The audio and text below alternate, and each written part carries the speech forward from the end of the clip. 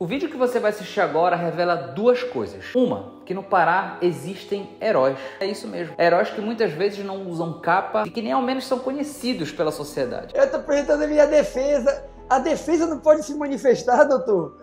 Que isso?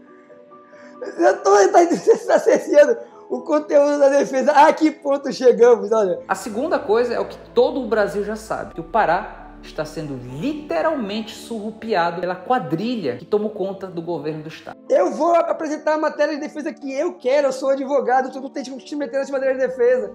É minha matéria de defesa. A minha matéria de defesa é mostrar o que está acontecendo. É assim. Que chantagem, tu vai ser preso daqui a pouco, não tem nada a ver comigo. Imagina um hospital que recebe em média, que atende em média 4 pessoas por dia, receber por mês do governo do estado do Pará 17 milhões de reais.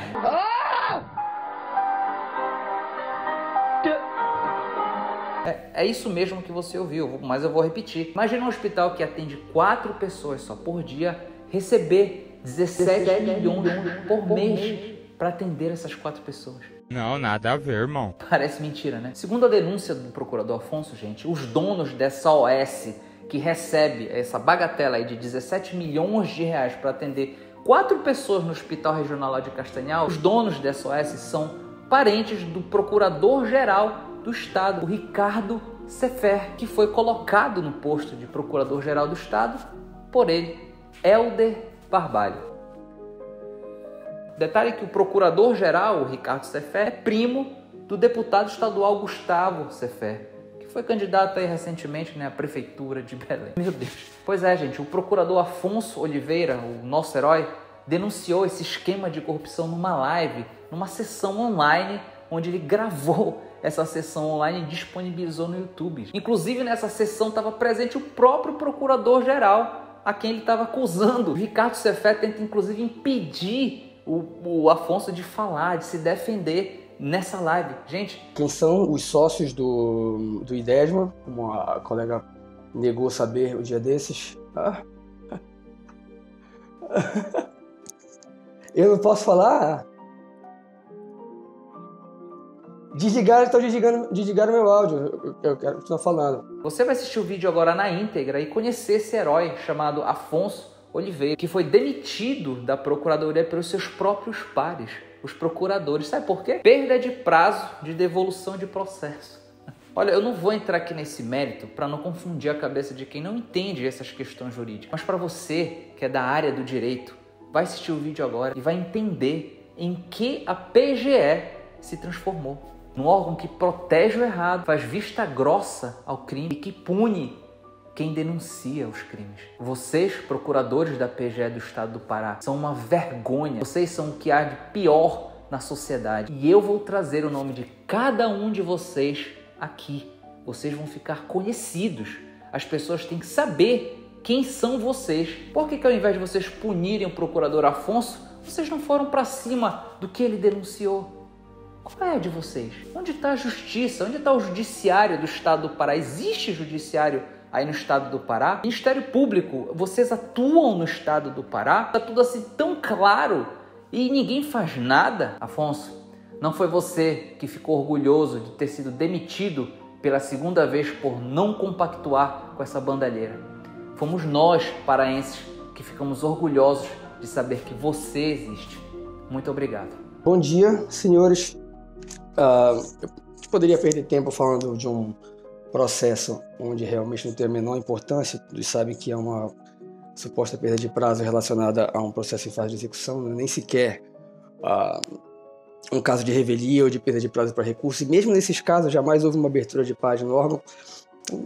É perda de tempo na medida que todo mundo sabe qual é a razão disso estar acontecendo. O órgão é gerido hoje pelo chefe de uma organização criminosa que atua há muitos anos saqueando o Estado, e essa atuação tem se reforçado sobremaneira pela própria atuação da PGE.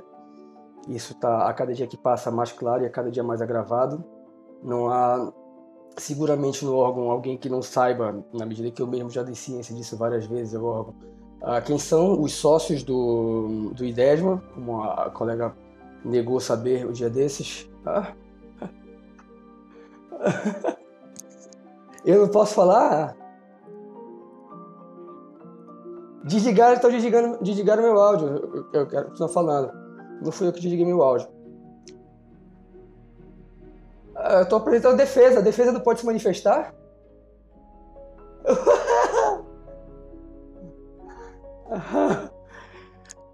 A defesa está apresentando suas matérias. A minha matéria de defesa é essa. É a minha matéria de defesa. Tu quer procuração? Tu quer ser meu advogado? Tu quer ser meu advogado? Impressionante. Eu não estou te ofendendo, senhorita. Eu estou apresentando minha defesa. Eu só falei que sou sócio de 10. Eu estou apresentando minha defesa. A defesa não pode se manifestar, doutor. Que isso? Eu estou acessando o conteúdo da defesa. A que ponto chegamos? Olha. Eu vou apresentar a matéria de defesa que eu quero. Eu sou advogado. Tu não tem que te meter nessa matéria de defesa. É minha matéria de defesa. A minha matéria de defesa é mostrar o que está acontecendo. É sim.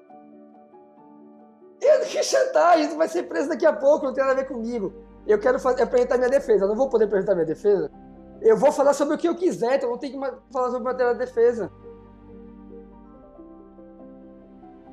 A minha defesa só o que interessa aqui é sobre a organização criminosa que eu estou me opondo e por isso estou sendo perseguido por ti. Essa é a minha matéria de defesa. É óbvio o que está acontecendo aqui, todo mundo sabe disso. Eu quero falar, a minha matéria de defesa é essa. Eu sou meu advogado, a minha matéria de defesa é essa. Eu estou falando a respeito disso. Como todos sabem, a AOS que funciona no escritório do Procurador-Geral. Se a defesa pode escolher o que vai alegar em defesa. Incrível.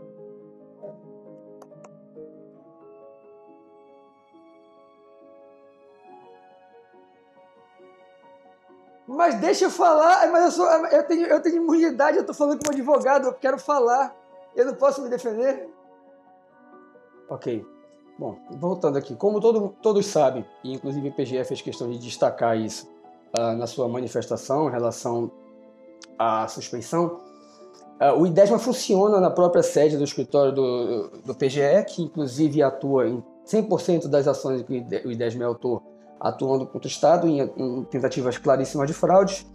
E a partir de 2019, em virtude de uma série de outras ilegalidades, uma dívida com fisco de mais de 60 milhões, teve que mudar de nome para IDESMA e para a ZELC.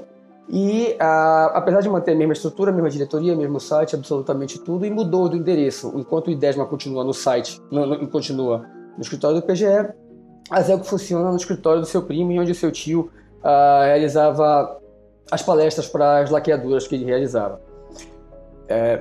Vocês sabem disso muito bem e há muito tempo, tudo bem. E o que há de mais importante a destacar agora é que isso se deu mais recentemente, a partir do momento em que se passou a ter uma centralidade da ZELC com a saída das OS paulistas, um cenário absurdo onde se tem a própria OS passando a receber mais de 43 milhões de reais como contraprestação a título de quase nada. A ZELC passa a receber 12 e mais 7 milhões no Hospital Regional de Castanhal para nada, praticamente nada, para 3, 4 atendimentos por dia em portas fechadas, e ainda passam a se utilizar do ISA e a pegar a menina dos olhos que se queria desde que o Procurador-Geral avocou para si e fez o parecer que acabou gerando a contratação da Pacaembu lá atrás. Essas irregularidades, para além das fraudes do valor de mais de 43 milhões de reais apenas para título de nada para esses novos contratos, registram um absoluto da prática que se vê no resto do Brasil e colocam em risco já todo o debate nacional. Todo o debate nacional vai acabar sendo extremamente prejudicado em virtude da utilização do cenário paraense. Isso já está cada dia mais claro e com uma atuação altamente protegida por esse órgão. Ainda, em relação à questão dos respiradores, que eu coloquei perante esse conselho, eu expus as ilegalidades ainda em maio do ano passado, e depois disso centenas ou milhares de vidas foram perdidas em virtude dessas atrocidades que foram praticadas. Agora as provas são inúmeras, são muito claras e, sobretudo, são relacionadas a ganhos econômicos. Toda essa opção por morte, toda essa opção por mentir, por fraudar o laudo do técnico Celso Mansueto, por dispensar os 152 respiradores doados pela SKN e cancelar o restante da compra dos 400 quando era baseado em mentiras toscas que não param de pé mediante nada, foi toda ela direcionada à obtenção de lucros. E tanto assim que o Estado não comprou nenhum respirador, na verdade comprou 10 ao longo da pandemia toda, até o final de março de 2021. E quando faz essa compra, os respiradores são integralmente alocados em Belém e Castanhal. Castanhal recebe do dia para a noite, a partir do momento que a ASEL que assume 180 respiradores. E é nesse contexto ainda que ocorre aquela descoberta dos 19 respiradores no Abelardo Santos, que a advogada Maiara Mácula, que é próxima também ao PGE, joga de uma forma incrivelmente trágica para a responsabilidade para a conta de uma doação feita pela JBS em julho de 2020, que, como bem sabe o PGE, foi integralmente tratada pelo governador e pelo sogro dele. Vai gerar consequências penais em relação a isso. É uma insanidade para se proteger e acaba jogando no fogo as outras autoridades. Na petição que eu enviei para vocês, sobretudo no final, esse cenário é descrito na medida em que há claros indícios, é possível apostar que está ocorrendo relações premiadas, não só porque o Pádua já falou tudo ali desde o segundo depoimento, onde ele muda o tom e começa a entregar tudo, como também porque ele contratou a firma especializada em relação premiada que atuou no caso do JBS, do Ricardo Saúde, do Joelly Batista. É uma firma boutique que vende serviços relacionados à colaboração. E o cenário de ilegalidades aqui, eu fiz um comparativo aí no final com o que acontece no Amazonas e sobretudo com outros cenários onde se discutiu e o STF entendeu que era passível de intervenção dos estados com base no artigo 34, o cenário que nós enfrentamos aqui hoje não tem precedentes históricos em lugar nenhum. Nunca aconteceu, não parece em nada com o que se via nem na época da Pacaembu e da Birigui. A partir do momento que a ASEL que passa a ter a centralidade, não só nesses procedimentos relacionados às OS, esses aditivos se tornam generalizados, se tornam banalizados em um patamar bizarro. São 43 milhões e meio de reais a troco de nada em portas fechadas para atender meia dúzia de gatos pingados, quando se observa, por exemplo, que o Hospital do Pacaembu, que foi o centro da discussão nacional há muito tempo, pelos gastos, operou durante 3 meses, gerido pelo Albert Einstein, com equipamentos próprios, e o custo final foi 17 milhões, foi de 23 milhões e houve uma doação de 7. Aqui está se jogando dinheiro no ralo, a rodo, e o pior disso não são nem as perdas econômicas. O pior disso são os impactos que isso pode ter para o próprio debate democrático brasileiro, o que se está fazendo a partir da PGE, e não só a partir da PGE, sobretudo a partir da ocupação de diversos espaços, na CESPA, nesses procedimentos relacionados a obras que estão totalmente entregues, então, a Carada, a PA 150, e agora estão sendo tocados pelo próprio PGE. O cenário é extremamente trágico e eu não me importo nem um pouco, sinceramente. Eu vou ser demitido, eu fui o primeiro demitido da história do órgão, hoje eu vou ser demitido e eu vou abrir mão do prazo de defesa no outro, que vai ter já para ser demitido. Vou pedir música no Fantástico, diante da credibilidade que isso tem. Vai tudo para a mesma ação, vai tudo ser decidido num procedimento só pelo STF, e a hesitação não é nem um pouco para proteger a esse órgão ou para proteger o réu, mas justamente em virtude dos danos difusos. Em outros momentos já foi muito difícil para mim estar diante desses procedimentos. Quem acompanhou alguma sessão do PAD sabe que na época era realmente sofrido para mim estar aqui. Eu tinha alguma expectativa de seriedade, tentar insistir em argumentos jurídicos que são absolutamente óbvios para qualquer pessoa, como são óbvios as razões pelas quais é descabido esse PAD desde o início, e gerava realmente uma sensação de frustração muito grande. Mas agora isso eu realmente não me importo. Realmente o nível de submissão a que esse conselho chegou, a que chegou o órgão na defesa dessas ilegalidades, mesmo quando já é evidente, absolutamente evidente a criminalização dessas condutas, e considerando ainda que mesmo agentes que atuem com relevância secundária, atuando não somente para proteger os interesses da organização, como, por exemplo, para proteger práticas de peculato, de corrupção passiva, de prevaricação, para fins de perseguição, e que protegem o líder da organização criminosa, que claramente é isso, com todo o entendimento do MPF em casos muito menores não tem como se pensar em enquadrar de outro modo, todo mundo que é enquadrado acaba também respondendo em concurso material pelo crime de organização criminosa. Isso é especialmente triste. A jurisprudência é muito sedimentada nesse ponto, e quando se olha outros casos, olha a Operação Apneia, por exemplo, foram 23 pessoas, 27 pessoas denunciadas por organização criminosa, incluindo muitos servidores públicos, quando o gasto total do episódio ali no Amazonas foram R$2 milhões. Foram 7 pessoas denunciadas para o fretamento de um avião de R$190 mil. Em relação a uma compra de Recife, que os respiradores foram comprados, de novo, isso aqui é uma demonstração de má-fé. A denúncia de um monte de gente foi por conta de crime hediondo relacionado a crime contra a saúde pública.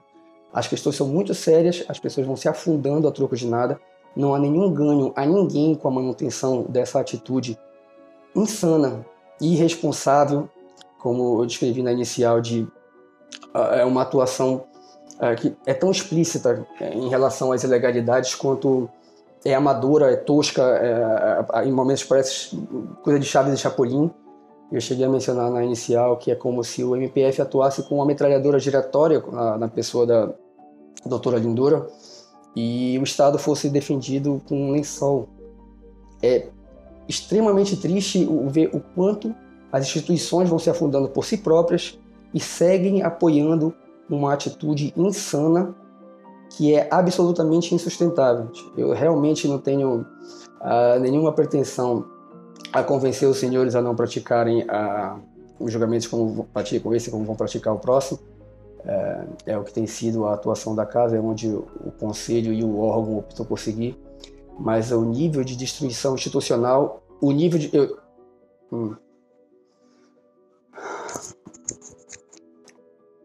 Ok.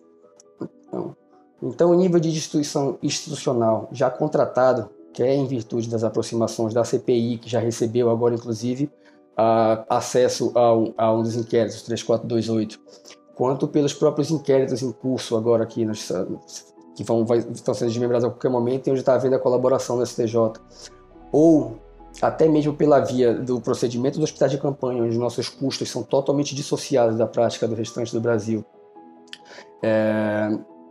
ou mesmo por uma atuação direta, via artigo 34, os danos institucionais que estão sendo causados ao Pará, a partir dessa atuação, que já causou a perda de milhares de vidas, além de prejuízo de centenas de milhões de reais do ano passado para cá, 50 milhões de reais por mês sendo jogados no ralo, é histórico. Os senhores estão vivenciando e participando e integrando na linha de frente um momento que vai ser marcante para a vida de todo mundo que está aqui, de verdade. Eu tenho muito orgulho da posição que eu estou agora, de estar sendo demitido hoje. Se Deus quiser, ainda vai dar tempo de ser demitido antes de tudo isso estourar. Mas é muito triste o que está acontecendo com o Alves, senhores. Fico com muito orgulho de ser demitido de novo hoje.